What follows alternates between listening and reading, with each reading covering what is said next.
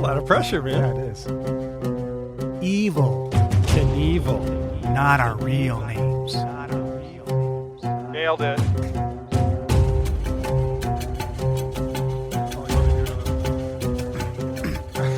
Oh, you want me to do my bit? Okay, here we go. Who are those guys? You're gonna love it. It's just a little independent. That might have been too much, man. I think we Or gun shy. is this yeah. Yeah, all right. During We'll come in whenever we need to. Hello, everybody, and welcome to A Little Independent. This is the podcast where two friends talk about independent, obscure, or just plain weird movies. My name's Ryan. And I'm Todd. Hi, Todd. Hi, Ryan. How are you? Was that too over the top on that one? I don't know. I think if people have listened to this point, they're going to know our patter at the top. Yeah, and They're going to wonder why we do it. well, we mentioned once who we think it sounds like. That's true. Body Heat. Yeah. Does that give a little? But much later, much Yeah, more that's right. current. That's right. Much more current. That's right. Joan Wilde. Joan Wilder? When we were going to do family movie night on Friday, I went to Romancing the Stone. Your family, we should Yeah. clarify, not us. Okay. No. And it's a little too intense, I think, at this point for the kids. But I love that movie. Really? And it's so singularly unique. It's got this grit to it, and it's dark. And I don't know if it was filmed in Cartagena, but it looks dangerous. Like, everything looks dangerous. Yeah. That guy who plays the general, like, what a great performance. Yeah. That guy was unbelievable. And then That you have guy. that guy. Then you have Danny DeVito with, I think, a good bit of comic relief. But that's a cool, unique movie. There's really not. I mean, there were things like it, but I think it's totally different. Yeah. Jewel of the Nile. The sequel? Well, wait. Romancing the Stone. Romancing There the we Stone go. was I the had first one. Jewel. I had the second one stuck in my head. The bummer about the sequel is that if you read about it, nobody wanted to do it. And to their credit, I feel like they did feel like they were in it, but you could kind of tell they did not want to be there. Took one for the team. Nobody, yeah. And contractual or whatever it was, but there you Well, go. the beginning with him having the cowboy boots, because of no, that was in the That's the first end of one. the That first was the one. end of the first Yeah. one. Jeez. Yeah, Too many poor cowboys. bastard died right in my arms. And she says, no place else I'd rather be. Really? You just want to... You're already talking about dying in his arms. He parks a fucking yacht in the middle of the street in New York. Yeah. How did that happen? How about a nice little monkey for the lady? No Anyway. traffic control there. No, that's one of those romanticized type of things. So this week is your week. Last episode we did kind of a horror thriller movie, Creep. which hopefully people like listening to. Fun movie. Yeah. Good old Peach Fuzz. which your wife refuses to listen to. She is so forgive me, but creeped out by Creep and Mark Duplass's performance. Have you watched the sequel yet? I did not. Watch it when you can. I if need you to. can. I was supposed. Yeah. I don't know Sorry, that we'll- teacher. The dog ate my homework. The dog ate your creep too. Well, you get to see Mark Duplass's dong in it, which is good. You see his dong in a lot of movies. I think that's what happened. You creep me out Don't with be that. afraid. Don't be afraid. Don't be afraid. No, it's a really effective scene. So this week, you picked the movie, and what's the history with this movie? Well, this one's a little different for us because this is one we've actually both seen and we knew that each other liked. Yeah. And it also pushes the limits of independent in the sense of the cast because this has got a pretty expensive cast normally. Big but names. They all love the script. Yeah.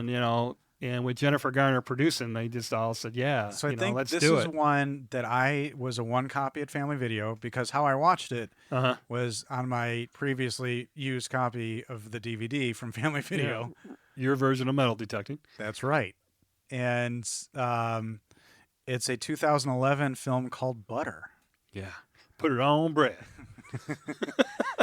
And this one, it's one of the movies where you look at the cover, you look at the cast, It's only one copy at the video store. You've never heard of it. Yeah. There's a surprise actor in this that, holy shit. Yeah. And I'm teetering between, your recorded moment, if it's going to be So, Boyd Bolton or if it's going to be Do you Ethan.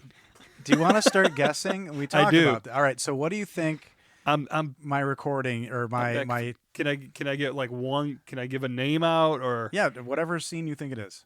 Well, I'm teetering between Ethan and Boyd. Okay. What's the Ethan scene? Probably the one in the where they're in the car. Okay.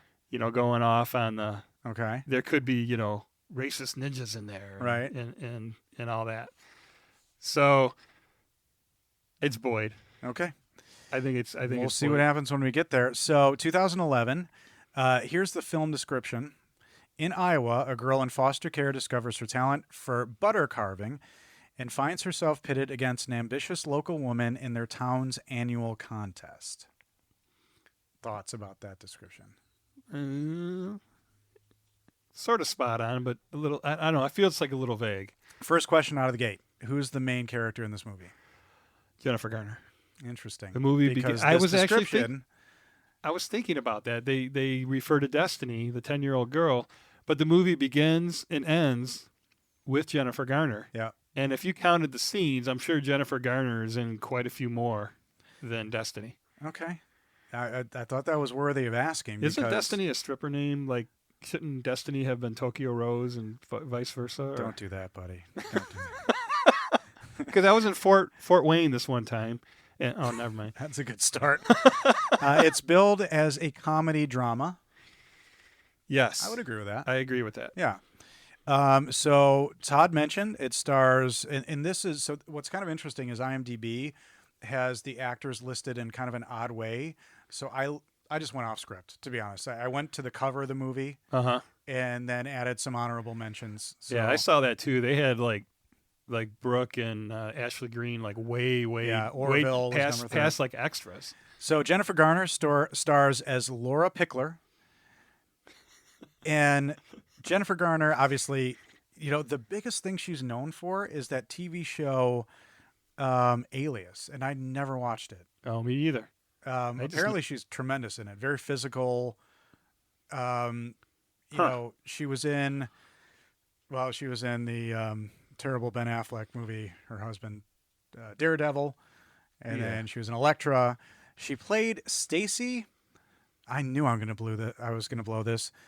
Stacy Sampanaharitia in Mr. Magoo with Leslie Nielsen. Yeah. Well, she was with Mark Ruffalo in that 30 again, or when she's a 30-year-old and becomes I a never teenager. saw that either. Yeah, it's pretty funny. That's very popular. Yeah. I remember her from Catch Me If You Can. She had a kind of smallish role in that. Oh. The Odd Life of Timothy Green. She was in that as well, and she was really, really good in that. Oh, A don't know that bizarre, odd movie. Yeah. Second build is Ty Burrell, who plays Bob Pickler, Laura Pickler's husband. Best known for the TV show Modern Family. Did you ever watch that? Yeah, no, I haven't, but I heard all about it. Just watches it, and I've seen bits and pieces. It's really funny, and it's one of those things that it's been on for like 9 seasons, and it would be a huge commitment. But he's tremendous in it. Yeah, he's really funny. Well, I watched 3 or 4 interviews, and hands down, every one of them said he is the funniest guy on the set. He said you can't look at him without laughing. And an improviser too. Yeah, which is great.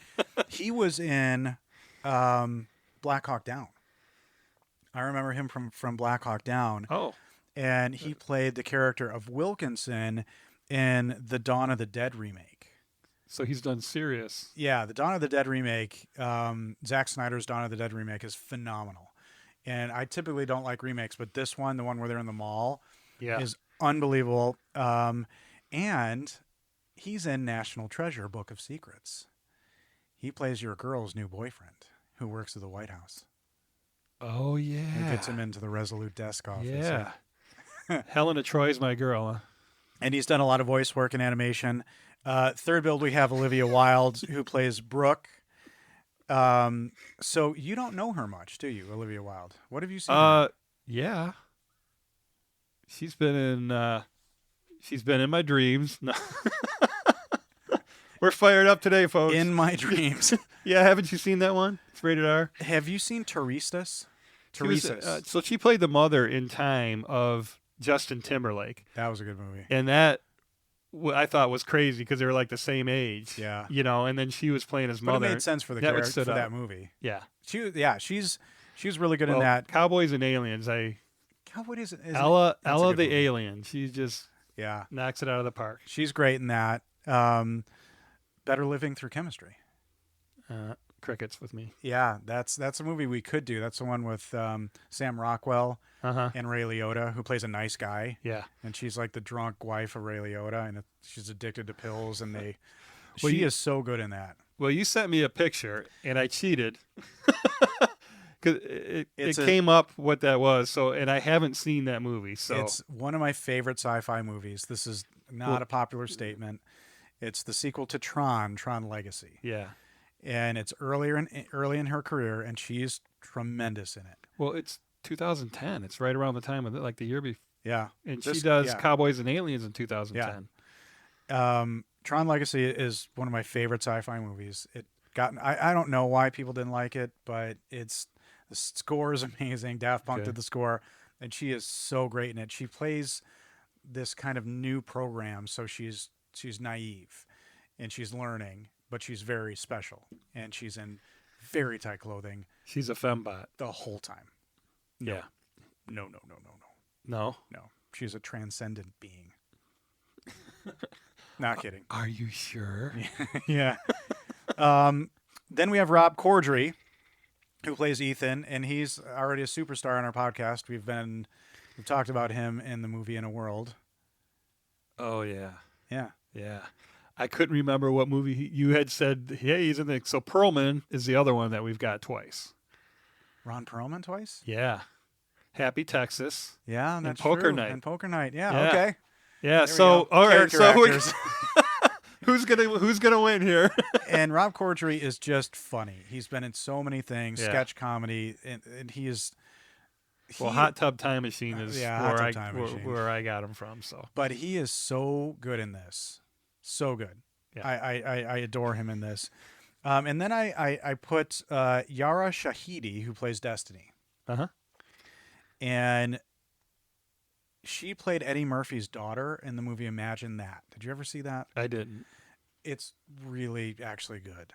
And it's in the time when Eddie Murphy was fucking off and doing kids movies and not being funny and not Mr. swearing. Or Dr. After Doolittle. that, but he was in this Meet Dave and Pluto Nash, after Pluto Nash. But this one, he's like a stressed out business guy, and his daughter invites him into her imaginary world, and it creates all these solutions for his adult problems.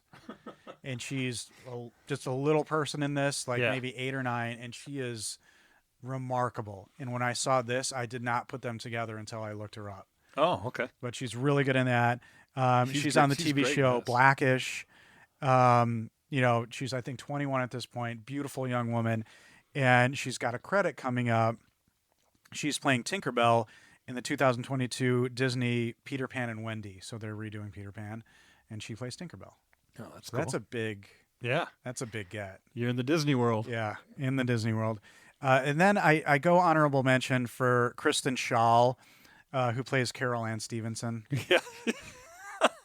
I didn't know how to carve that, so I put him in a basket. I hope that's okay. She's a comedian, an improviser, ton of voice work.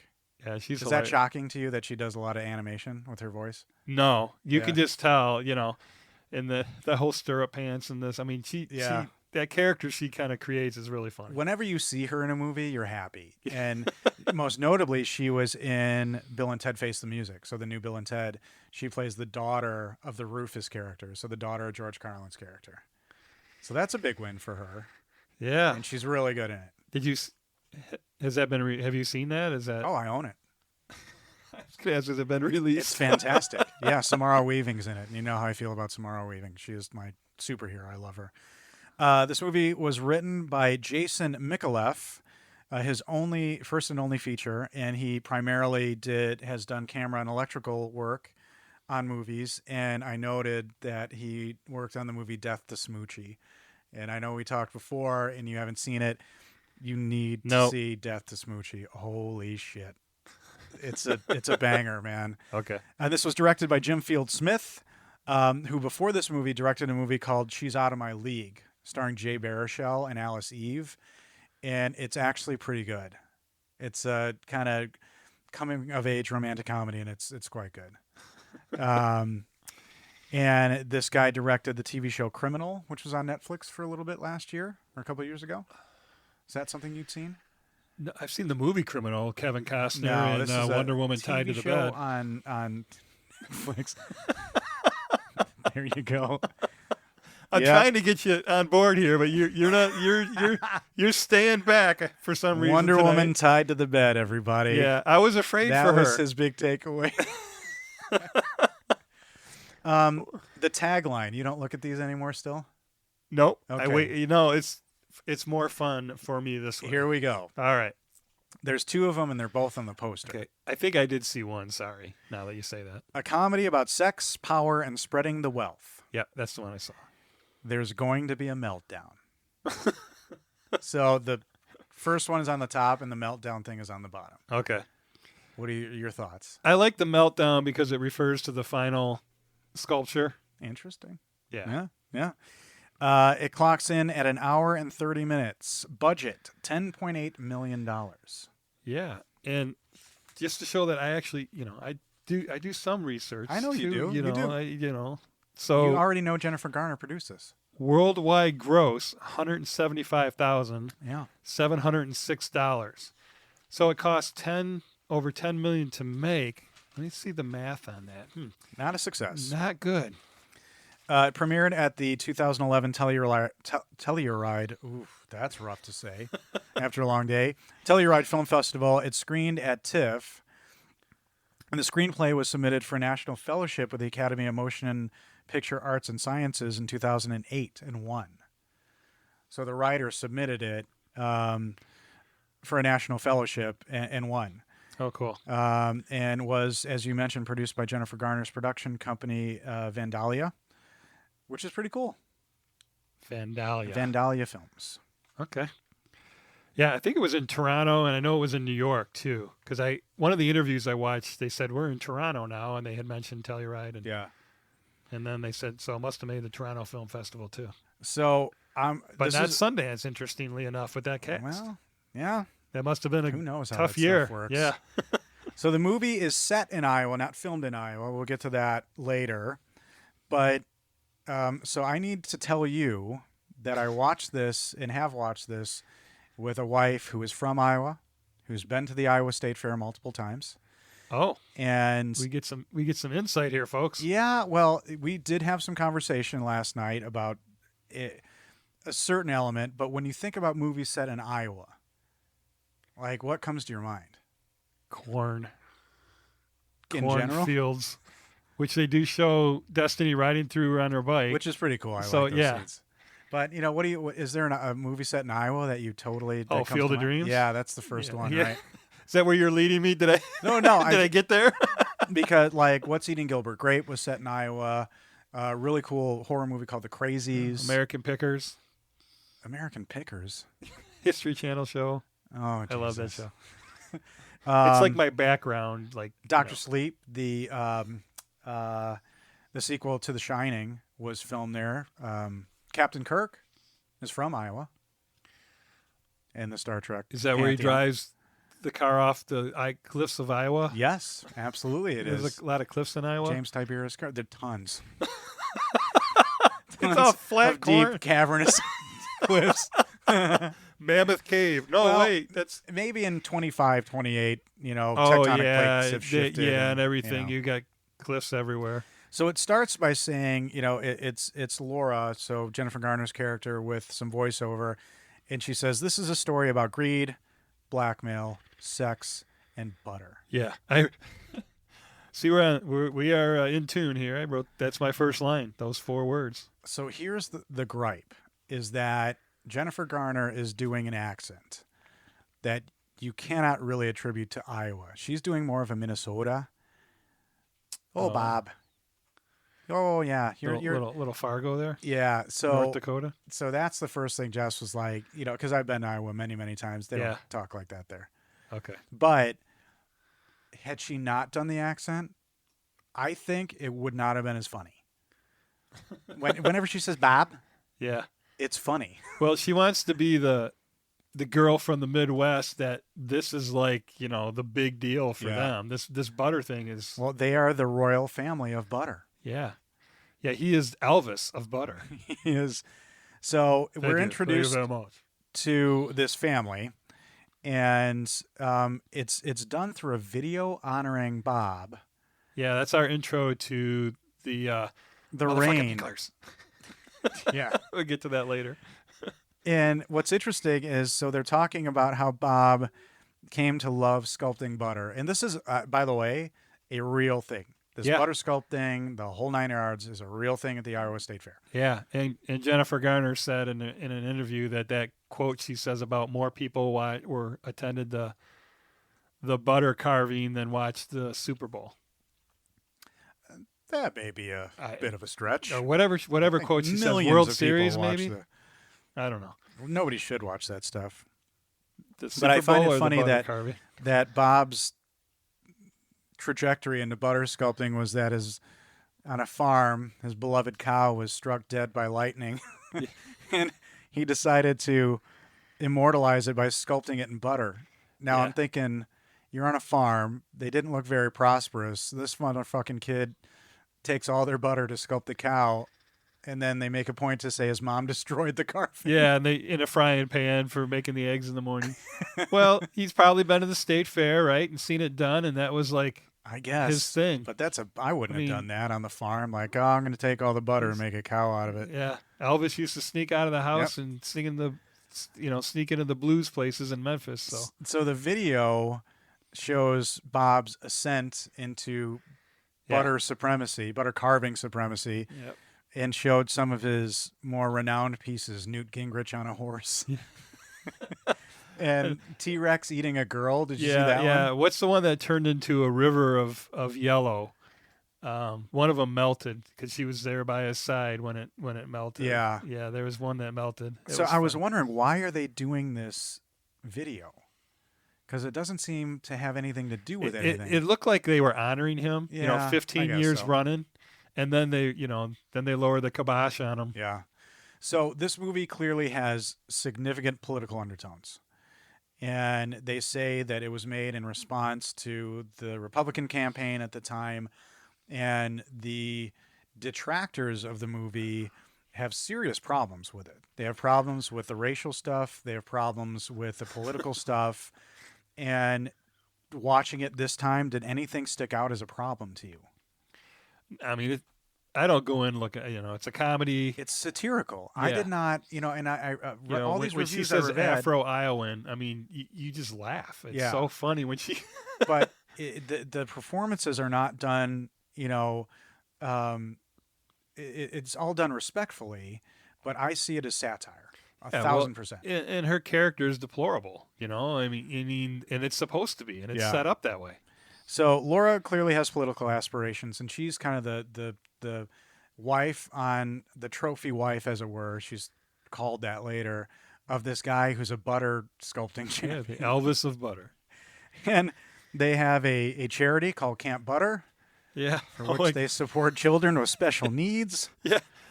Holy and cow. she says, now that was on one of the offensive lines when she's with the children with special needs and they're on camera, and she says, "Your people," and then the little one turns up and goes, "What?" The reaction when she says "what" makes you laugh out loud. Yeah, and it's one of those things where you can kind of see this character, and you can see this person, see how they've been, how they're there for themselves, and they think the stakes are so high, and everything is so serious. So what kind for of her, Bob, puts her off the path is important to her. But at this point, we're introduced to a young girl who is clearly going through the foster system. And do you find it odd that we don't hear her name for a long time? Oh, I didn't pick up on that. Yeah, she's just this young African-American girl who's in the foster system. And I love this little montage where they see her shuffle Yeah. around to different families. Yeah. And the first one is this family with already 9 kids. And she says something about their homeschoolers, and homeschool is a bad sign. Yeah. And the mom says, and angels fell to earth, and that's where dinosaur bones come from. Yeah. And then all the little kids start scribbling in their notes. Yeah. Like, Yeah. you know, okay, they've been programmed. Then she goes to another mom who's clearly a pill addict who's using this little girl to get Yeah. prescription medication. She was mellow all the time. I guess she couldn't run from the police. Then she goes to the Gundersons, I think, this Uh-huh. old couple. And it really, you know, I mean, that's a real problem is the foster care system and finding a place for somebody. And I think there's a sweetness in this movie to how Yeah. she gets to where she's going to be. Well, they do a great job of, you know, creating a lot of sympathy for her, which in turn makes Jennifer Garner even more, you know, the royal Monstrous. bitch. Monstrous, yeah. And Destiny, we find out this little girl, my favorite quote is, "White people are weirdos." Yeah. and that's the point of the movie, is that this is about Yeah. intense, breaking up of relationships over butter carving. So I think her point is well taken. And don't put so much stock in the so we simple things. come to see the last kind of regional event. Bob, what we find out is his last regional event, and he's done the Last Supper. Yep. And I think that was it's his current one. in progress, right? And the Des Moines Register. Did you hear that they called it better than the original? Yeah. yeah, their local newspaper. Yeah. Yeah. And Destiny goes in, and all of these things are done in these temperature-controlled, refrigerated places. And Destiny goes in, and she starts kind of messing with one of Bob's cups. Now, I remember thinking, Well, that's the That's Holy Grail. gutsy. She takes the Holy Grail. She takes and starts carving it out. and he comes in, and I think it shows the contrast between him and Laura, his wife, because had she done that to her, she would have lost her mind and murdered a little girl. with the But heels on her Bob just shoe. came in and said, "Hey, let me see that." Yeah. Which, I think sets the tone for his character, and he's a kind of a sympathetic guy. But you notice how they did show the scene where Laura is checking it out out of the corner of her eyes. She's like looking over there, like, what's going on? Yeah. Yeah. And at this point, I noted that Bob has like fangirls, of which Carol Ann is one. They're like later you see them in T-shirts with his caricature, Yeah. in I Heart Bob T-shirts. Oh, I didn't notice that. Oh, That's Jesus. when Garner like lops off the whole chunk of butter in the competition later on because the girls are talking to him, and she looks Yeah, up. Remember that? Kind They of. were Yeah, wearing yeah, T-shirts. Yeah, Okay. They tee this whole thing up, and it's Yeah. super Okay. funny. I didn't catch that. Yeah. yeah. And now I'm trying to remember how we move into Destiny,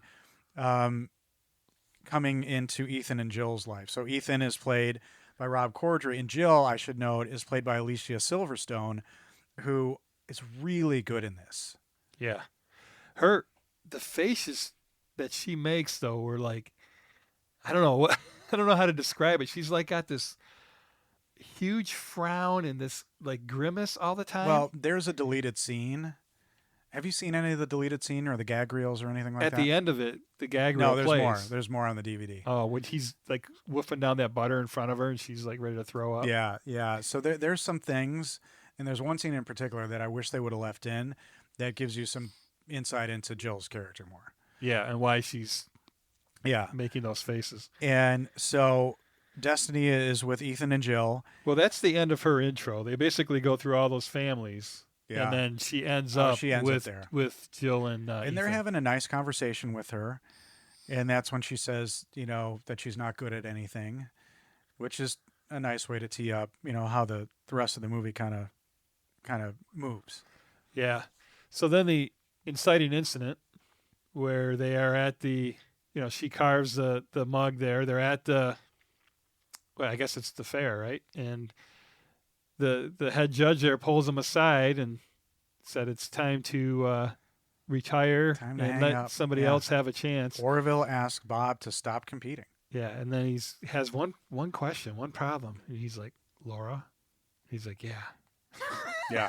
oh, she'll be fine with it. And then we cut to their home. She's not fine with it at all. No, so we cut to their house. That's my favorite line. We're the motherfucking picklers. Yeah, that's right. I got that highlighted.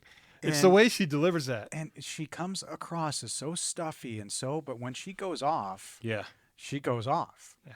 Oh, I see what this is. You didn't stand up for yourself, Bob. And she's talking about calling the governor, and he's like, honey, the governor doesn't care about this. Yeah, and then the look on her face, because she has aspirations of being in the governor's mansion. She wants Bob to be the governor. Yeah.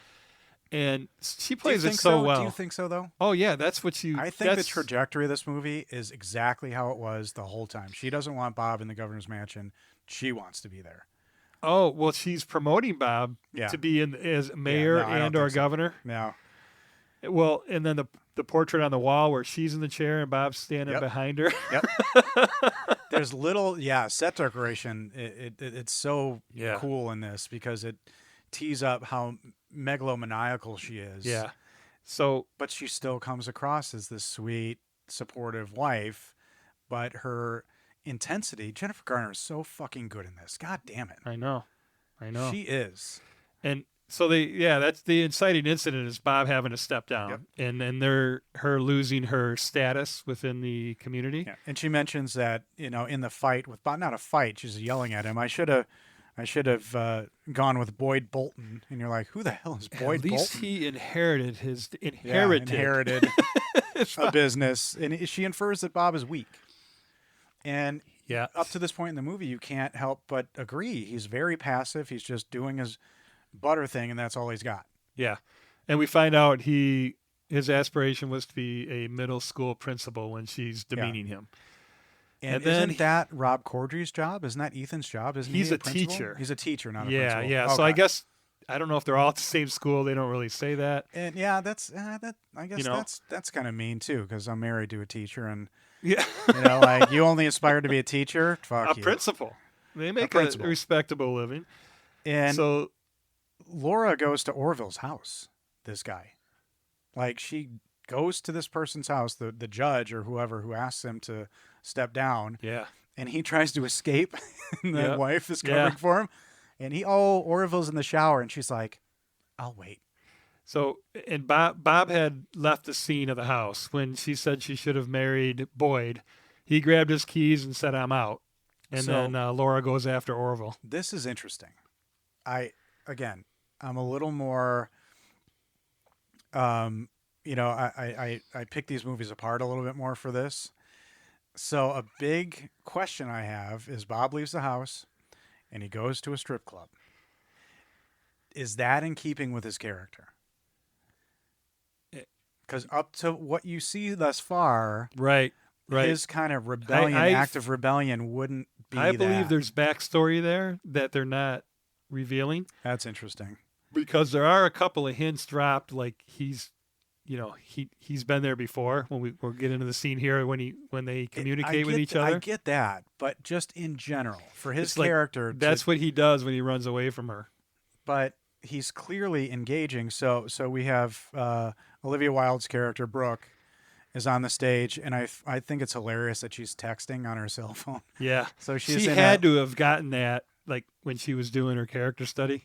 She had to have. Do you know anything about how she? I got some stuff. I just think that I may have watched interviews like before, a long time ago, but it seems like I had heard something that she had seen that done. A suburban Iowan strip club.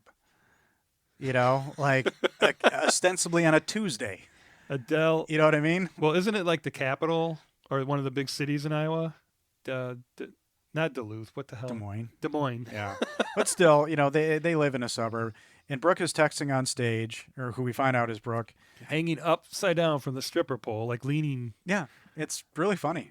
And it's not she's... Where was her phone? She's not wearing much.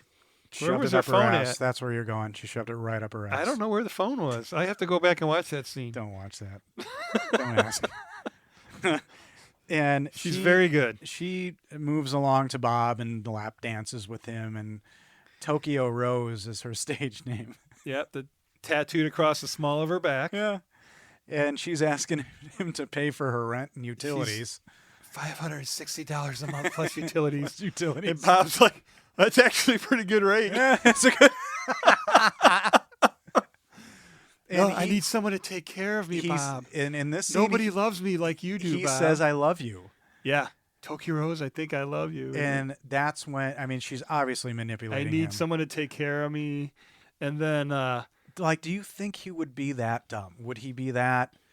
Because he's obviously in a cold marriage. Well, when we find out from Boyd Bolton what hasn't been used in 20 years. You're going there. So, yeah, you clearly know do you that think it's he's that? being Do you think manipulated. that they're in a sexless marriage? 100%. No, because Laura would be holding... The one thing that she would be doing to keep him at arm's length is giving him a bang every once in a while. It wouldn't be a drought. There's no way. What, every 2 years? At least. Maybe. 18 months. She would be 18 months. What definition of a drought, ladies and gentlemen? 18 months. Okay, this is subjective for sure. We're getting into muddy waters, but wouldn't you think? Like, she would, throw him a bang every once in a while so the guy was still engaged. I think she's got him so controlled that it doesn't matter. That's interesting. So we cut to a particularly, I think, interesting scene. Again, I don't know if it's in keeping with Bob's character, but he is fucking Brooke in his car in the parking lot of this strip club. We're not going to do her one-liner, Brooke's one-liner. I don't remember what it is. Bob's saying that she says nobody loves me, and he's, there's people in your father loves you. My father raped me. Oh. Remember that one? No, I blocked that one out. I feel. Yeah, because it was like, oops. No, I think that's maybe, yeah, okay. That was intense. Yeah. But then why would you... You don't remember that? I do now, but like, okay, is that an invitation to fuck in the parking lot? It was right before It's not a really great opening. No. I'd be like, well, I'll see you later. Maybe send you some Well, books. it was her point was no one else loves her. Well, and she's obviously manipulating him, and maybe none of that's true. But the shocking part of the scene is they're doing it in their car, and they are smashed into by another car driven by Laura. Yeah, and that's how I knew that he goes there regularly, because so she's clocking him? She knew where he would be. She left Orville's house and then went strip club. And Do you think she expected him to find him banging a stripper in the parking lot? Well, that I don't know, but she because it she seemed knew to his be car would be there. A non-issue because they're back at the house. Yeah, he's admitting that he did this this is the first time. Well, and she is composed. Yeah, she don't give a shit about that part. She gives a shit about the butter contest. That was interesting. Yeah, Tylenol in the kitchen for your penis. You're sleeping on the couch. Yeah, and he's like, I always sleep on the couch. Yeah, again. So yeah, I guess maybe you're right. Sexless marriage. Wow. Well, wow. Now, guys, now we're privy to the fact that Laura knows that Bob's not going to compete, so she says that she's going to compete in this butter carving. Now, again, interesting because she's not shown any skill for this. None. She has been by his side, so by osmosis, she has absorbed the skill because, admittedly, she's good at it. Yeah, is this where they're at the dinner table and she's making the announcement to the daughter? Yeah. To his daughter, And we find out that they have a daughter, but Laura is not the mother. Laura is the stepmother. Yeah. Of this daughter. Yep. Which is an interesting. And so when Ashley Greene is, I guess, from Twilight, which I didn't know. Oh, the daughter? The daughter. Oh, no. Caitlin is, that's where she's known from. Big in Twilight? She's known from being one of the high school girls in Twilight. She's really good in this. She's good in this too. Everybody's good in this. Yeah. So they're at the dinner table, and Laura, goes back to 867 sticks of butter to make Laura Bush. And I wanted to look that up to see if that may have been accurate because you see them practicing with butter that they've just bought in bulk from the store. But she's so analytical and uptight. Yeah. She would know that. Absolutely. Now, this dinner scene, daughter just laughs at her. Turns into one of the great scenes in this movie. Oh, and the bloopers too. Yeah, this the knock at the door is just. There's a knock at the so door. Precious. And bird or door, Bob? Make a decision. Yeah, Laura's about to cut up the chicken. Bird or door, she Bob. brings out the bird for Holy the table, shit. and the door knock comes, and she's like, Thankfully, and she's Bob annoyed. chooses the door. Well, but unbeknownst to us, Caitlin trails behind him. Yeah, and it's Brooke at the door. At the door. Hey, boo. Yeah. Where's my $600? She's looking for money. Yeah, he never paid her for the interrupted slam. Yeah, I guess. I don't know. If your coitus interruptus by a Latin for a minivan to the side of your car, that's rough. But Brooke shows up, and this is one of the extended scenes that you see the ad-libbing, because Ty Burrell ad-libbing in this scene is unbelievable. You're right. I used to have the DVD years ago, and I remember that all those extra scenes being on there. So good. So he's like, "Oh shit, this girl is here," and then the daughter's like, "Is that a stripper? Is that your stripper?" And she's excited. Yeah, look at her. Look at her shoes. Those are army boots. She's a recruiter. She's her army recruiter. And this is when Olivia Wilde, and you see outtakes of different lines in this. Yeah. But when she says one of the best lines of this entire movie, I think. And the line that they picked, that they leave in, Yeah. I will shit on the hood of your car, Bob. No. Which is better than lawn, because lawn is the one they show in the bloopers. I will shit on the hood of your car. Yeah. Like, what kind of threat is that? And you know what? What's so great about it? That was kind of sexy. I'll say it. I don't care. I don't care. She could bend over and fart in front of me, and it'd be hot. Oh. Yep. All right. I don't feel so bad now. Yep. Saran wrap anyone? I mean, she was just. I'll take a hot Carl from Olivia Wilde. Jason Sudeikis needs to be okay with it. Okay, I got a question. Olivia Munn or Olivia Wilde? Olivia Wilde. No hesitation. Yeah. Wow. I guessed wrong. Yeah. I thought you would have went Munn. Yeah, I think Olivia Wilde has this kind of exotic look to her, and well, they both seem they're both intelligent. They both seem super. That's hard. Sorry. It's because of Tron Legacy. Tron Legacy or Predator. Forget it. I can't answer this question. You already did without hesitation. Do you have it? Yeah, I'd say Olivia Wilde. I think there's something really a little more adventurous about her, maybe. And I would be a happy man either way. Yeah.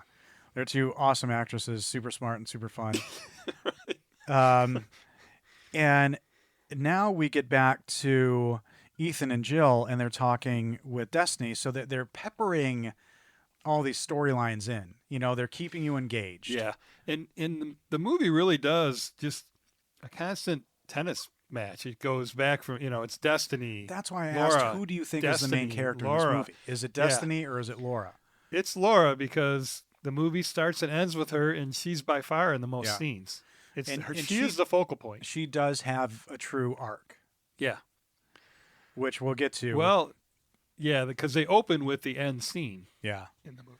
And we get to the point where Destiny is talking to Ethan and Jill, and she makes a point she rarely unpacks in these houses, and she says, "My real mom's going to get me soon," which is so sad. Yeah. And the face that Alicia, right? I think that's right. Is that how we say it? Totally. It's not Alicia Silverstone. I think it's Alicia. I eat her vitamins every day. Silver Flintstone vitamins? Nope. She has a company, My Kind. Really? Yeah, and it's all organic, multivitamin that I. And doesn't Jennifer Garner have a kids meal, like a kids food? You told empire? Didn't she sell a company? Yeah, she's like a sold billionaire. It. Yeah. Yeah. Did Affleck get any of that? Probably not. I don't know. Probably not. Unless it was Welcome to the Globe. Materials before they were married. I don't know. The rag mag at your supermarket. So Here we go. You get this whole thing of this girl who has this young girl who has no permanence. She doesn't have any faith. She is waiting for a mom who you assume may not come to get her. Suitcase is still packed. She doesn't unpack her suitcase. Yeah. Really sad. So now we get to the point where we're signing up for the regional butter competition. And Destiny has shown some skill, again, otherworldly skill at butter carving, just like Laura. which I was totally fine with. Yeah. Totally fine. Well, Laura's so analytical. You could see Yeah. her being precise and accurate. Yeah. Yeah. Because there's a deleted scene where Destiny carves little scenes for the family to choose from. Oh, yeah, yeah. And I think that's really cool. But we decided to do something on this podcast for the first time where you guess my clip. Yep. You guess my clip. It's the scene where Rob Corddry takes Destiny to sign up for the butter competition, and she's maybe a little bit nervous. Yeah. And so they have an Well, exchange. That was one of them, and then I changed and went with Boyd, so I missed out. No, it doesn't matter. I was on it. You absolutely had it.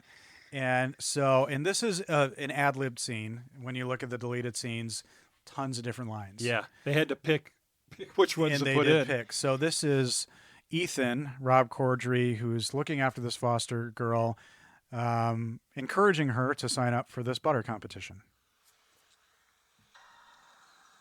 Do you want me to go with you?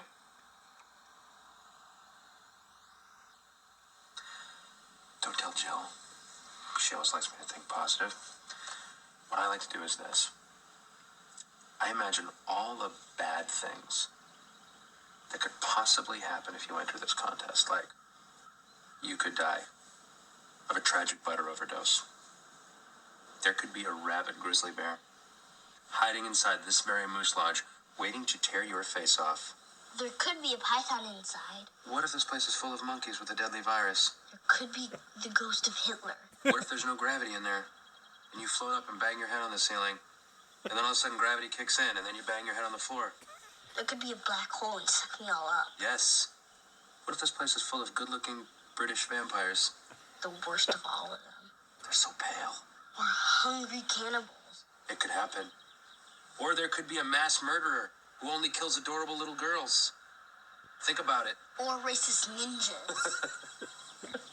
Racist ninjas. Yes, high five. That was a good one. So think about all that and ask yourself, really, what's the worst thing that could happen? It could be terrible news. Yeah. Yeah, could you live with that? I guess so. Okay, then. Sure, not such a big deal, is it? Go make us proud. Bring you back some butter. Adorable. What is this place? It's the Moose Lodge. So He's such a good dad. the first time I watched that movie, that's the part that had me hooked, Yeah. line and sinker. Yeah. So they made a Twilight reference. Yeah, So that was for That's Ashley Green. that's funny. And so what I think is funny is it's in this moose lodge, and it's got those ropes, Yeah. for God. people to filter through. Who the hell thought of that? Like they were expecting hundreds of people to sign up, yeah. but a few people sign up. We got Destiny, got Laura, who's Well- there immediately. Well, Garner has to walk through the whole And she thing does- in she her walks through the whole heels, thing. and it takes 10 minutes. And Carol Ann, our Bob fangirl, signs up, which is sweet. Yep. And then the gal who's the sign up judge is like, I smell cigarettes. And Brooke walks in. And cue the rock music Yep. from her strip Yeah, club. cheesy 80s rock music. And she's snapping the things up, She says, "Fuck this shit." walking right and through. just starts snapping them. Yeah. So why is Brooke so, aside from the money, why is she so, aggravated? And why is she so against Laura? Well, she says it. You got between me and my man. But I don't think Brooke was And ever going to be with. Took the money. with Took her Bob. money from him. Maybe she thought, but she still hasn't been paid for the night in the van, Yeah. and she's going after her money. That's Yeah. her character. Well, Laura takes Brooke aside, and Brooke is she's not obviously into the butter carving, but she takes her aside, and they have this exchange. And Brooke raises her voice, and Laura says, "Shh, we're in a moose lodge." Yeah. And when you were playing your clip for the first time, I heard him say Moose Lodge. Yeah, yeah. He said that too, and I never caught So that before. I don't know. I'll double check with Jess if that's a sacred place in Iowa.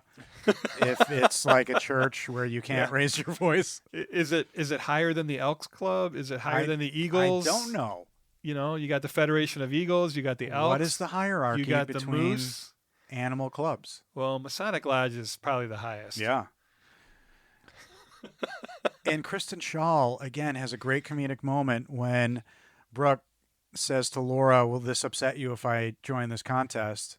She says, yeah. She signs up and scribbles all over the paper her signature. And she says the C word and leaves. And Carol Ann says, I haven't heard that word since my dad died. Yeah. So apparently her dad used to say that all the time. Well, no, since he died. Right. So he died. Now she hasn't heard that word anymore. Oh, yeah, I guess. Yeah. I was trying to figure out, like, was that the last word he said? That was what I initially thought. Right. And then I thought, no, he used to say that. And then when he died, she never heard it again. How about the pregnancy exchange between Laura and Brooke? But she says he's going to leave you and come back to me, and I'm going to bear his children after Caitlin moves out. She says, what do you want, a cookie? Right. I get pregnant like once a month. Yeah. Again. It's messed up, man.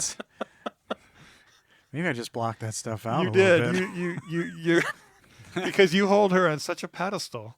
Yeah. Well, I mean, you won't let her go there. it's a dark character in a way, but it's funny. She delivers confident with herself, Uh-huh. and hopefully that isn't totally true. But we get to this regional competition where these 3 refrigerated areas are in this gymnasium, and they're timed, and they have to make their creation. Yeah, 4 because Brooke has 4. 1 too.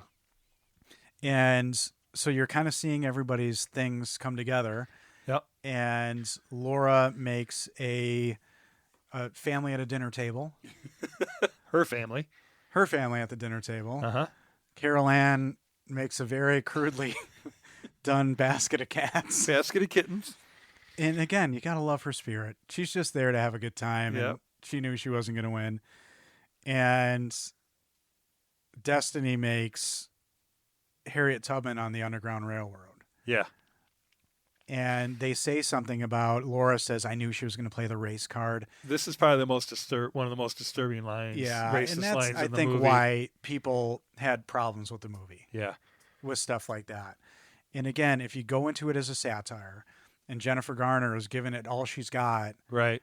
It's not really meant to be mean. That's just her perception. Right.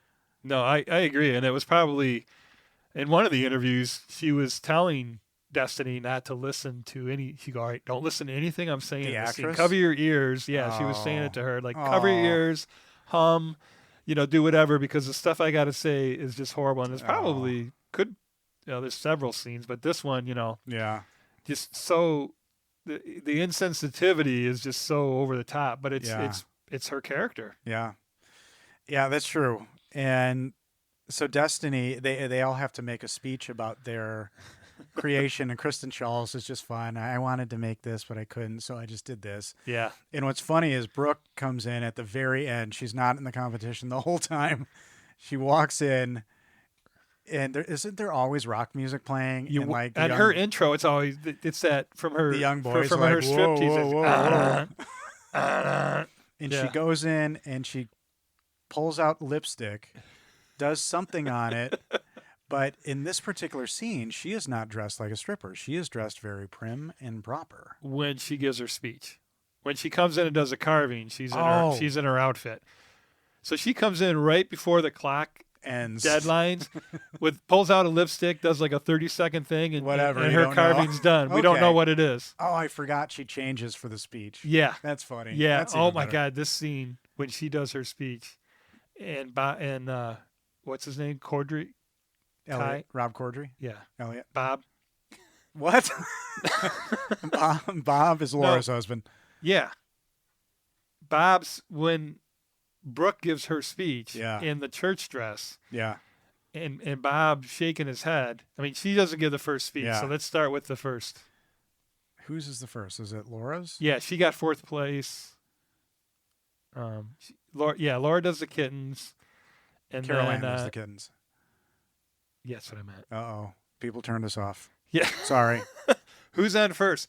All right, so Carol Ann does the kittens. Oh, did they announce who won ahead of the speeches? And then, no. The speeches is part of the judging. Speeches part of the judging. And then we have the church dress. So our stripper shows up in this cute little church gown. Can't see a tattoo on her. She's all prim and proper. She's got tattoos, Bob. Yeah, can't see them. Do you like the tattoos, Ryan? A little bit. Yeah. But what she wrote is an A, and it was kind of clever, actually. Scarlet Letter. The Scarlet Letter. Yeah. And she's like, that's a movie starring Demi Moore. Yeah, it's not a book. Not a book. And then she says, butter saves, and leaves. Well, she's going on about after she was beat up by her last client or something, she found a man. And Yeah, Bob's Bob just is shaking like, his head "Oh, no, God." because Laura's sitting next to him, and the whole gymnasium's full. And this man, made me, straighten my life out. And this man, and his house. And Laura's you can see she's going to do a full scanners in her head because she's about to say it. And that man, and Bob's shaking his head, no, And that's right. it's Jesus Christ. And then he starts shaking his head, yes. Yeah. Butter saves. And then That was well done. Yeah, because you think she's The way it just was gonna edited and the whole thing in was front of the awesome. whole town, she's just gonna lay it all out. Yeah. And what I like about where it goes from here is that Brooke sees Destiny as the best chance to give Laura fits. So she's so sweet to Destiny. She gives her that pep talk. Yeah. And Rob Corddry's like, I don't want you hanging out with a stripper. Yeah, and what does she say in that pep talk? Something about not taking shit from anybody, or I don't. Well, remember. in the bloopers, it's take down that pasty white ass. She says, "No, don't take down that," and it's actually kick. I want you to kick her ass. Oddly sweet. And, it really is. And Destiny ends up winning. Yeah. Which is not, I guess, surprising because, I guess Laura's was good too, but Destiny's her speech was so great. And this actress, this young woman, so good in this movie. Yeah, and Laura implodes on her speech. Tries to give another speech. Her speech is all about family, and without family, you have nothing. Yeah. Excellence and butter. Yeah, and her speech was about how a black girl with no family can be here today. Yeah. So her, Laura's speech was completely counterproductive against that. So she just froze. She couldn't use it. And Laura has a little meltdown, and she goes to a used car lot or a car lot. And all I have is, holy fucking shit, Hugh Jackman playing a Texas Iowan. You do feel like you're in Texas. Everybody, Hugh Jackman is in this movie. Yeah. Wolverine just pops out of nowhere. Holy Christ. This Selling is cars. 2011. He is mega famous at this point in time. Yeah.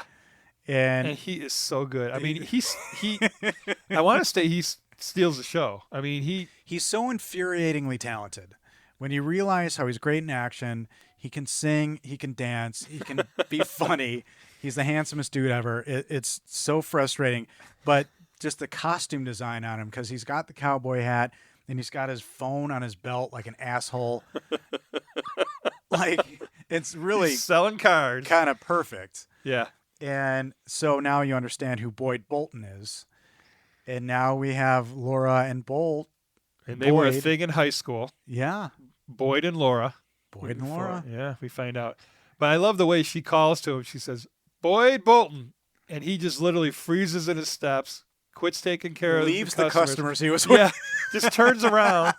And then the whole time he's just staring down her top. Yeah. And he's like, did you get your boobs done? done? Did you get your boobs done? It looked like he was just going to maul her right there. And, well, he does at this point. So they have sex. And yeah. Now, reminded me a little bit of the Bronze. In the window, from behind, and the moaning. Yeah. It was, and it's kind of interesting because Laura's character up to this point is so uptight. And even out of anger, revenge, however she needs to process losing this competition, it seems, would she go bang this dude? Sex as a tool. I guess that's true.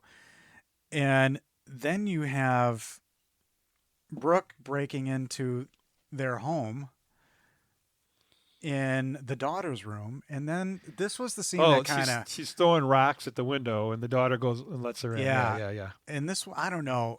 This is the one thing that seemed a little out of place. The makeout? Is Brooke making out with their daughter. Well, she did hesitate, to her credit. But for $1,200, first she says $600, and then she says $1,200.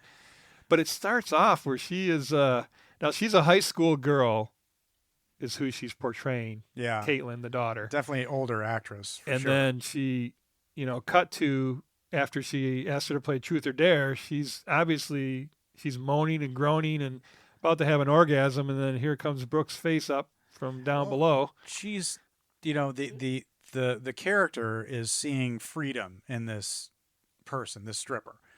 Seeing something different than her suburban Iowa life. Right. She's a girl with tattoos and a girl who's going to shit on the hood of somebody's car. Her dad.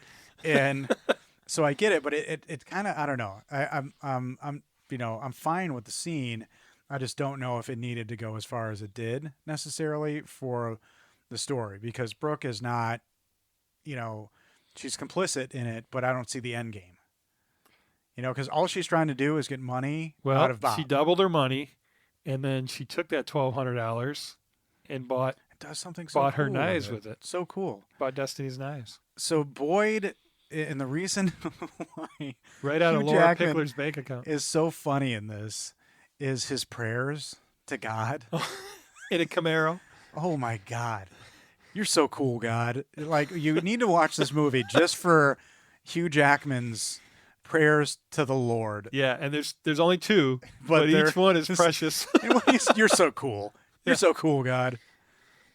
Like, like it's an older kid in basketball who's kind of like coaching you in high school. Like, I'll take you under my wing. You're so cool, Dustin, or whatever. Yeah. And I mean, are we going to give it away? What he's praying, what he's thanking God about? Or? Well, I think what's happening is Laura has already engaged him into the subterfuge that's going on, and he thinks like, oh, she's back in my life. I don't think he cares. Well, the first prayer, he was just thanking God for sending him Laura Pickler and to fuck him. He's right. sitting in a yellow Camaro. Thanks for that.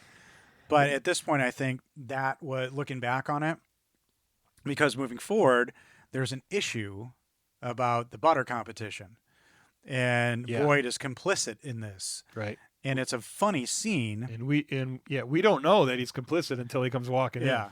So everybody's called. Ethan and Jill and Destiny are called to the office of the butter empresarios or whatever. And there's an issue. But there's the scene with Ethan and Destiny on the bench outside. And Ethan says Jill can't have kids. And there's an outtake where... And it's really bizarre because Ethan and Jill's home is vandalized. And you think it is racially motivated. Deleted scene? Yeah. And the vandalization is a red spray painted YouTube video link. And I'll get to what it is later. But Ethan and Jill have this conversation. And Jill says, like, maybe I'm not fit to be a mother. Maybe I'm not supposed to be. She's down on herself. Yeah. I did see that one. I remember seeing that one years ago. So that kind of gave her a little more oomph. But Ethan says Jill can't have kids, and they're like, why? And Destiny's like, is her vagina broken? And he's like, yes, that's it. Her vagina's broken. Our conversation has ended. Thank you. And so there's an issue. So you have Bob and Laura on one side, and you have Ethan and Jill on the other with Destiny. It's like they're in court. Yeah. That's the feeling. Like the and it's the sponsor for the whole butter thing. It's like Red Baron butter. I wrote it down somewhere, but Red Ribbon. Red Ribbon. Yeah. Yeah.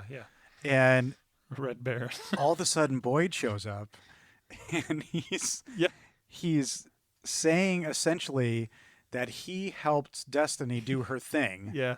He couldn't get in the door though. But he's reading a pre-written script out of his hat, out of his cowboy his hat, big old Texan hat that ostensibly Laura wrote. It's her writing, and for he sure. is struggling to read this. My favorite is con science. I couldn't have that on my con science. Yeah, he's like, he paused like con science, and then they cut to Laura's face, rolling her eye or like closing her eyes, like, oh my God. Like, okay, I'm in for the ride already. Yeah. But at this point, Ethan and Jill have a proper reaction. They're like, what the fuck are you talking about? Yeah, I've never met this dude in my life. This is the dumbest thing I've ever heard. Yeah.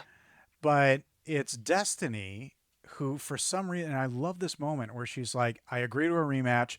These are the terms. Yeah. 4-hour limit or whatever. And she's so strong, this kid. Yeah, that is. She stands up. Beautiful moment. It's awesome. She's 10. Yeah. Yeah, and she stands up to Laura Pickler and says, all right, here it is. Here's the rules. Yeah. She takes control at 10. and it's pretty- is it's pretty confident wild. enough in her skills. Yeah. Because she beat her once. Maybe she's going to do it again. Right. And now we find that the daughter steals dad's money, gives $1,200 to Brooke. I want to live with you.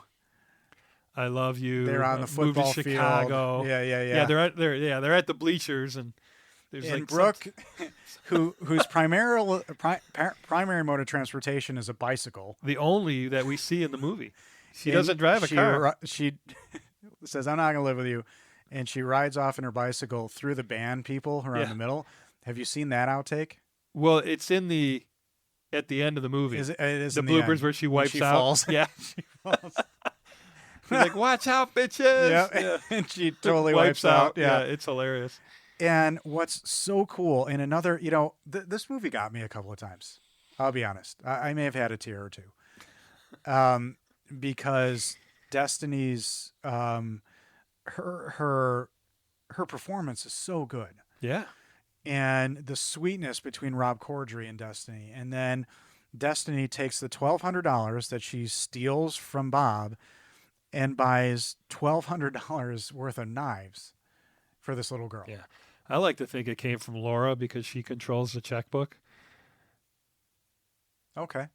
That Brooke took the money from Laura to but give is Destiny the Laura- knives does to she beat have her. a job at all? No, but she controls the finances. So I just like that idea look that at you. look at me. You're angry. You're angry at Laura for being mean. She, no, I like the Yeah, irony. she probably does. She probably does. Yeah. I mean, it's a joint account, I'm sure, but I just like the thought. Welcome to Financial Talk with a little independent. Joint finances, ladies and gentlemen. Is it good or is it not? Oh, come on now. I like to think it's a joint account. These pretzels are making me thirsty. And now we go to Ryan likes to push my, just to see if he can get me to lean in a little bit. He likes I to. do. He likes to see if I could get edgy on I'm him. trying to do good entertainment here while maintaining a friendship and not ruin anything. That fine line. So we get to another scene with Ethan and Jill, and a social worker ostensibly is sharing with them that Destiny's mom, and do you Destiny's mom is dead, Yes. and they found her. They have a picture of her. Did they mention how they found this, or was it just kind of matter of fact? Yeah, the social worker just says they recovered this. So that. wherever Tracked she her was down. living, wherever they found the body, you expect or whatever, because what's her name, Jill, cuts her off and does a beautiful little speech. Your mother was a good person. Yeah. She fell on hard times. Yeah, Rather than the full police report like the social worker was going to give to her. yeah, And the picture ends up playing a major role. it does. And when Destiny has her little inner monologue looking at the picture and says, "I forgive you for leaving me," Yeah. that got me. Yeah, I was going to say that's That a got me. tearjerker. Yeah. And this actress does such a good job with But this. it's like they don't stop ratcheting up the sympathy No. for her, Yeah. for Destiny. I mean, this is the final, okay, your mother's dead. Now you have to go beat this bitch in a contest that you already beat her in. This crazy ass Yeah, person. that you shouldn't have to do. Because she already knows white people are weird. And the rest of this movie has reinforced this in her for sure. But so they go to this big competition between Laura and Mano y mano. Destiny, and it's covered by KQWK Broadcasting Live. What? Yes. And I have to tell you something. Where, I would watch this. where did you get that? Was that It was in the movie. at the booth? Yeah. It was like, yeah. okay. KQWK. I don't know if it's a real thing. I didn't ask Jess about that. It's so funny how you get that stuff. I would watch this competition. Yeah. I really think I would. I guess I'm not done with that. You saw the Starbucks cup on Game of Thrones on the table. Starbucks. Oh, yeah. See, that's the kind of detail, ladies and gentlemen, that you get from Ryan Buck. Everybody saw that, though. That was a pretty easy I one. didn't see it. But I think I would watch a butter competition. I think I would. Because it's fascinating in this movie. Well, a 10-year-old, right, against... Specifically that. Yeah. 1,000%. Yeah.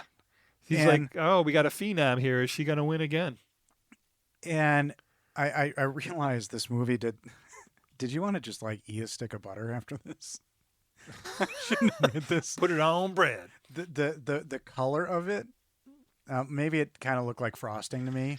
Oh. Like, I just like to take it just a hunk, just a little bit. Like in the bloopers or in the extras at the end of it. And this is the scene where Carol Ann and all of her ladies have the Bob shirts, like caricatures of his face. Yeah. I Heart Bob, which I think is funny because it's almost another fuck you to Laura, which, you know, and maybe it's cut out, but she should have been like, what the fuck is this? Like, I'm the one competing. Yeah, it wasn't I Heart He Laura. stopped, but yeah.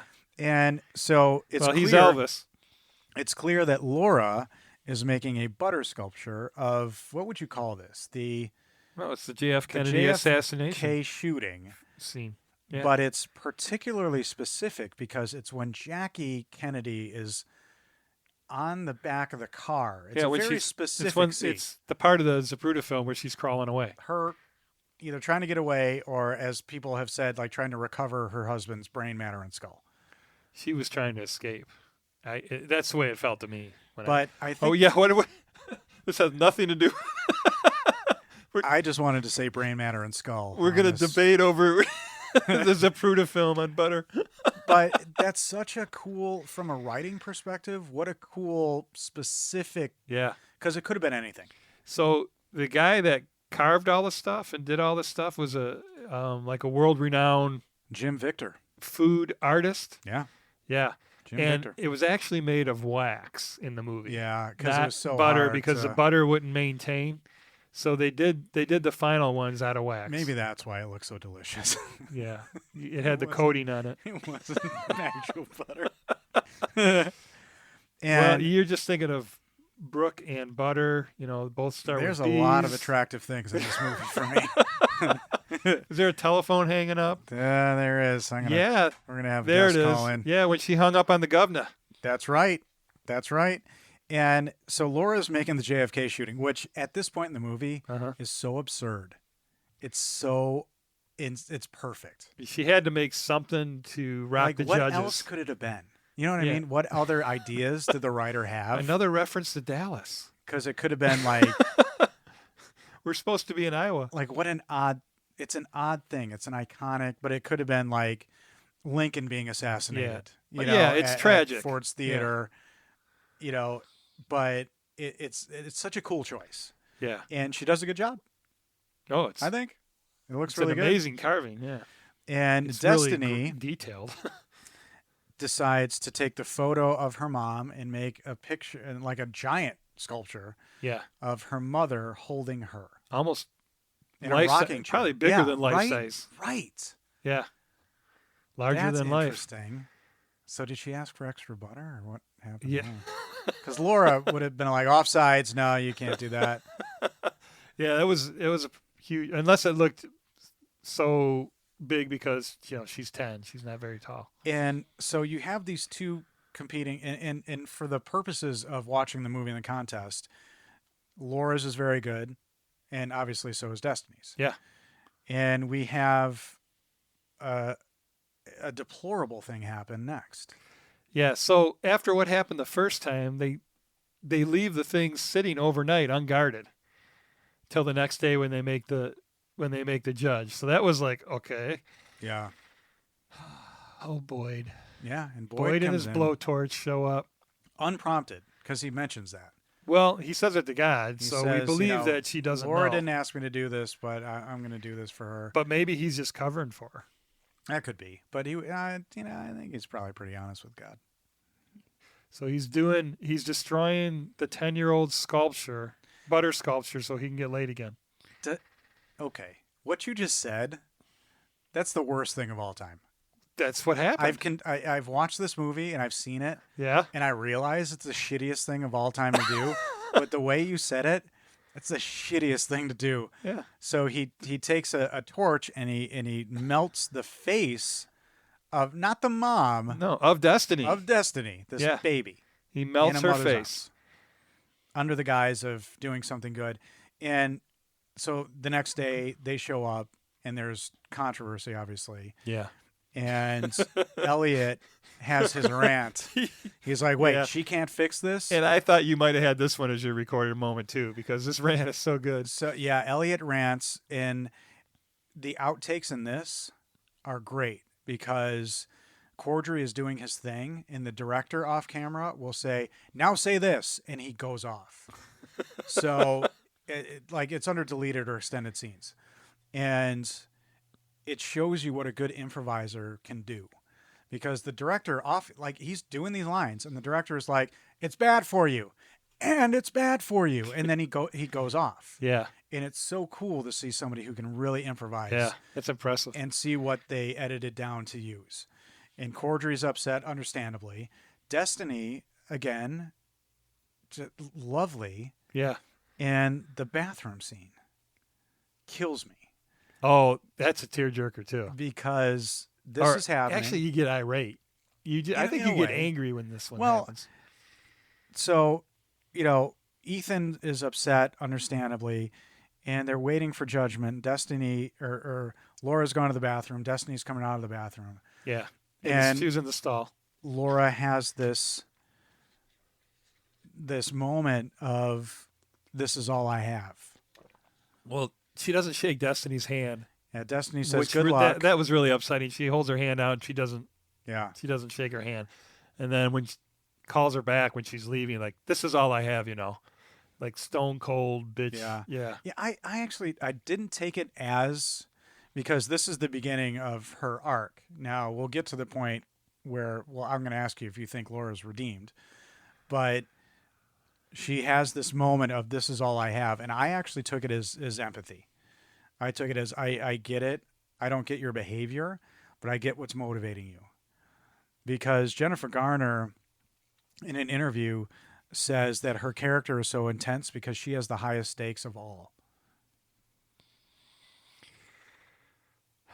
She's got a beautiful suburban in her mind. In her mind, not in reality. No, not in reality. Okay. But she has the highest I'm with stakes. you. Yeah, I'm with you. So I think that's really interesting. And so you have this travesty that's about to happen. Yeah. And so what do you think of what happens next? Is it Hollywood ending? Is it? No, I love it because it gets all, judges are that way. It's all like artsy fartsy and they can write about. But it's butter sculpting. They can, but they can just go off and they're writing about how it's this and how it's that and avant-garde and whatever, whatever thing that they said it was. So the judges ultimately say they don't know that there was sabotage. So the judges ultimately win, say Destiny wins because they thought it was her interpretation of a girl with no family, with no identity. And I get it. Yeah. Part of me is like, that's a good Hollywood ending. Unloved little girl. Yeah. Yeah. The melted face. And having already heard her story from the first time, she was kind of teed up for success. And the scene where Laura obviously has to contend with this loss. It also made a way for her to win because it made it different. Yeah. Right? They were both very good carvings. They were both accurate. They were both, beautifully made. So how do you justify one winning over the other? And then the irony of him melting the face for her to win actually, allows her to win. I liked it. I do too. You could, call it a Hollywood ending, but it's the only ending I would accept. But they gave a reason for her to win. And it's cool because the judges didn't know about the scuttlebutt, which is odd because Rob Corddry, and what's really funny. Yeah, they were already judging when he's doing all these ad libs in the extended scene. I was clocked on the extras in the background who were just like they were clearly enjoying themselves because they're trying to react appropriately. Yeah. But the director kept on saying, say this, and he'd say it and then expound on it. And it was so great. Well, how about the butter police? Did you like that line? Yeah. And then Alicia trying to save him, trying to I got this, No, in the deleted scene or extended scene, it's just Corddry just doing and it's bad for you. So Laura and Destiny are, in front of their things, and the hug. Yeah. That That was a nice second moment. hug. Yeah, when she kneels down and hugs her back. And Destiny says, "This isn't all you have." Yeah, and then hugs her. Yeah. Yeah, and then that was a nice moment. Yeah. It was kind of a I think we should cue some violin music right now as we're talking about this, because I'm getting emotional thinking about it. Oh, put it on, Brad. This isn't all you have. And the movie ends with a couple of things. We've got Destiny officially unpacking in her room, and she's been fully adopted by Ethan and Jill. Yep. And it ends with the beginning. Laura Pickler going out on stage on her governor rally. She's running for governor. Yeah.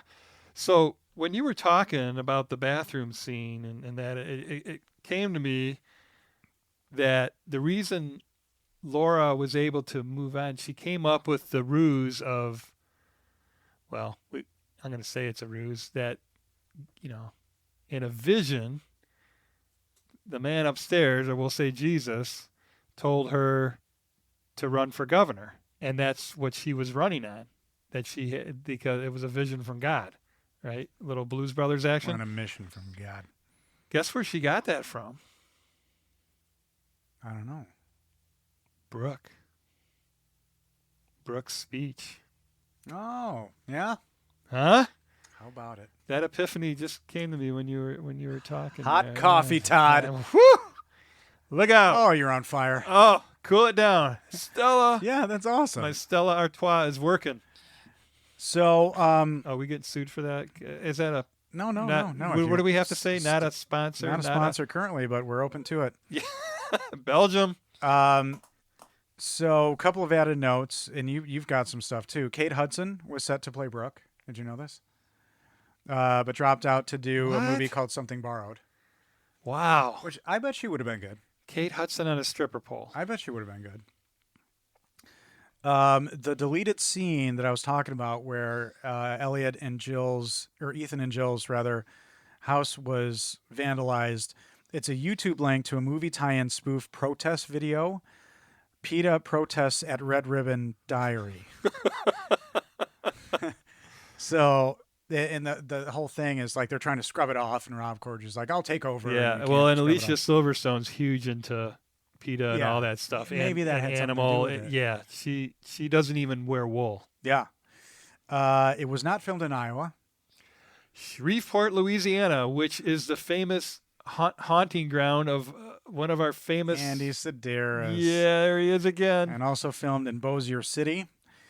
Jim Victor was the food sculptor. He taught them kind of legit how to do some of that stuff. I haven't looked him up. And carved the stuff that was there. And Olivia Wilde had only 2 days of training on the pole that was installed in the house that she was staying in while making this movie. That's where it was filmed? Or that's where she practiced? No, she went to Louisiana. She was the second choice. Not second choice. You're saying somebody backed out? Kate Hudson had the role, and she backed out to do Something Borrowed, and then Olivia Wilde was cast. Wow. Yeah. So she didn't make the cut. I don't think it was initially. I don't think it was a timing thing. I don't know if they both auditioned and they picked Kate. Or not, yeah.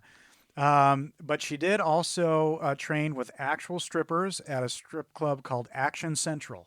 Right. Spell that? Action Central. Is this in Shreveport? I don't know. Because I'm gonna see if they have a live cam, and I want to see if they actually use their cell phone while doing a back bend off the pole. I think that's probably against the rules. That guy announcing them like, "Here we got Charlemagne." Get off your phone, Charlemagne. So reviews. I didn't find a fun bad review. What? Not one? Typically, I find, like, I just had faith in humanity and how nuts they are, that every movie we did, I find a bonkers review. Well, there's a lot of political stuff around this movie that people were losing their mind over. So I found a bad review, and here we go. On IMDb, 1 out of 10. It's titled Stereotypes and Generalizations Galore. A little James Bond reference there. I thought the same. Wow. We Wow. should get married. You're right. What do you mean? All right, I didn't propose. Don't pretend. All right, here we go. This movie, in an attempt, I think it's supposed to be, is an attempt to be non-PC, makes all kinds of grotesque generalizations and stereotypes. It is so filled with grotesqueries that, frankly, it made it a struggle to sit through. I did sit through it, though, just to see if it could and would redeem itself. It doesn't. Perhaps there are people and places that are this ridiculous, but let's say for the sake of comedic exaggeration, it's sloppy, gratuitous, disjointed, and all over the place. In the end, the sentimental and gooey moralism tries to tie it all together, but it falls flat and makes it more banal than it's already worked itself up to be. Decent use of actual verbiage here. A tragic piece of work from writers who have no real message and a director who has clearly gotten lucky enough to have an opportunity to work with talented people. Don't waste your time with this. Oh. Signed, Laura Pickler's brother. So, writers, just one writer, but okay, I get it. I get some of the problems with this movie. I get where somebody could see it's a political bid or it's, but I don't know. Like, white people are weird. I don't give a shit. It's a fun ride. Fuck. Sit back, relax. I do not care. I do not care. We are. You open our refrigerators and there's soy everything in there. Like, I get it. Because I have a note. White people. Your refrigerator no, at home? Oh. But Destiny at one point opens up their pretzel refrigerator bites. and it's just fucking weird shit. And I'm like, white people refrigerators. Yeah. Anyway, 10 out of 10. A butter hoot. Simply a fun movie. Well written, performed, and directed. I didn't expect a lot going in, but found laughter in almost every scene. The child is adorable. And in the last over-the-top sugary scene, you could almost believe a kid this sainted could exist. A talented young performer. I consider myself as someone with a good sense of humor, one who can see a joke being set up a minute before it hits you. But there were a lot of fun surprises. Very inventive stuff. Like I will shit on the hood of your car. Being someone who is not unfamiliar with the oddities of health food, the joke about seitan was appreciated by me, but probably lost on the majority in the audience. Parentheses, the IMDb spell checker here isn't laughing either. Wow. We didn't mention that part. Twould be nice to know. Twould. Shakespearean. Yes. Twould be nice to know if the foster father and the little girl were improvising in the car scene before she goes in to sign up for the competition. Yes, they were. It seemed spontaneous. If it was, this kid is a comic genius. If not, it was just fun writing. The images kicked back and forth in that scene were reminiscent of some of the really zany stuff that I loved in the Calvin and Hobbes comic strips a few years back. Check out Butter and Enjoy. Zany stuff from Calvin and Hobbes. He compared to the racist ninjas scene. I know. What if there's no gravity? Well, this movie is tremendous. I really like it. I had a good time watching it for the purposes of this podcast. And it's a good little independent with a lot of great talented people in it. Yeah, including fucking Wolverine. Yeah, and it's hard to believe it only made $170,000. So it's as of today, it's 10 years old, and definitely check it out. It's a fun ride. Yeah, I definitely enjoyed it. If you're looking to get into butter sculpting, this is probably your alpha omega movie. It's a start. And if you have thoughts or questions about this movie, anything that we didn't cover, email us at alittleindependentpodcast@gmail.com. And we'd love to hear what you think about butter in general. You know what? Yes. tell us what you think about butter in general. Do you like it on popcorn? Do you not like it on popcorn? You know, I had this vision of, you know how we have Burt Reynolds covered in Vaseline that's in love with a stripper, and the stripper's Demi Moore, and she references Demi Moore. So Bob could be covered in butter by, you know, standing there waiting for Brooke, like I guess. You know that what I'm would saying? take some You doing. know, and then he drives away in a Trans Am. You'd need room temperature butter. And a Dr. Pepper. You'd need help. I feel like you need help to cover yourself in butter. I'm waiting to get to the hard to reach places. It's just going to keep sliding down. It's not going to stay in place like Vaseline. It's pretty sticky. It doesn't, you know, you get butter on your hands, you try to wash it off with but water. you get my references there. Demi Moore. I do. And In Love with a Stripper. Wait. What are you talking about? Wait. It gets the hose again. All right, everybody. Thank you so much for listening, and keep watching independent film. That was stupid. And keep listening. we can't. I don't like it. We can't watch our podcast. We got no yet. closer. We got no closer. We do. We have our line, which we'll get to momentarily. Oh my God! But Ryan's really tired this evening. Yeah. The man is. You know, some people burn the candles at both ends. Ryan takes the stub, douses it in gasoline, stomps on it, and then lights it on fire. You're a good friend, Todd. You take on a lot, my friend. Well, yeah, we do have a closer, and forgive me for forgetting this, but hey, Todd. Yes, Ryan? We'll always have Monty Doro. Who are those guys? That's a wrap. So it quit scrolling like an hour ago. You'll love it. Right after you left. I didn't say anything. Voice levels were going up and down. You love it. It's just as Like, hopefully that was before about to say. You'll love it. It's just a little independent. You're gonna love it. It's just a little independent. We did.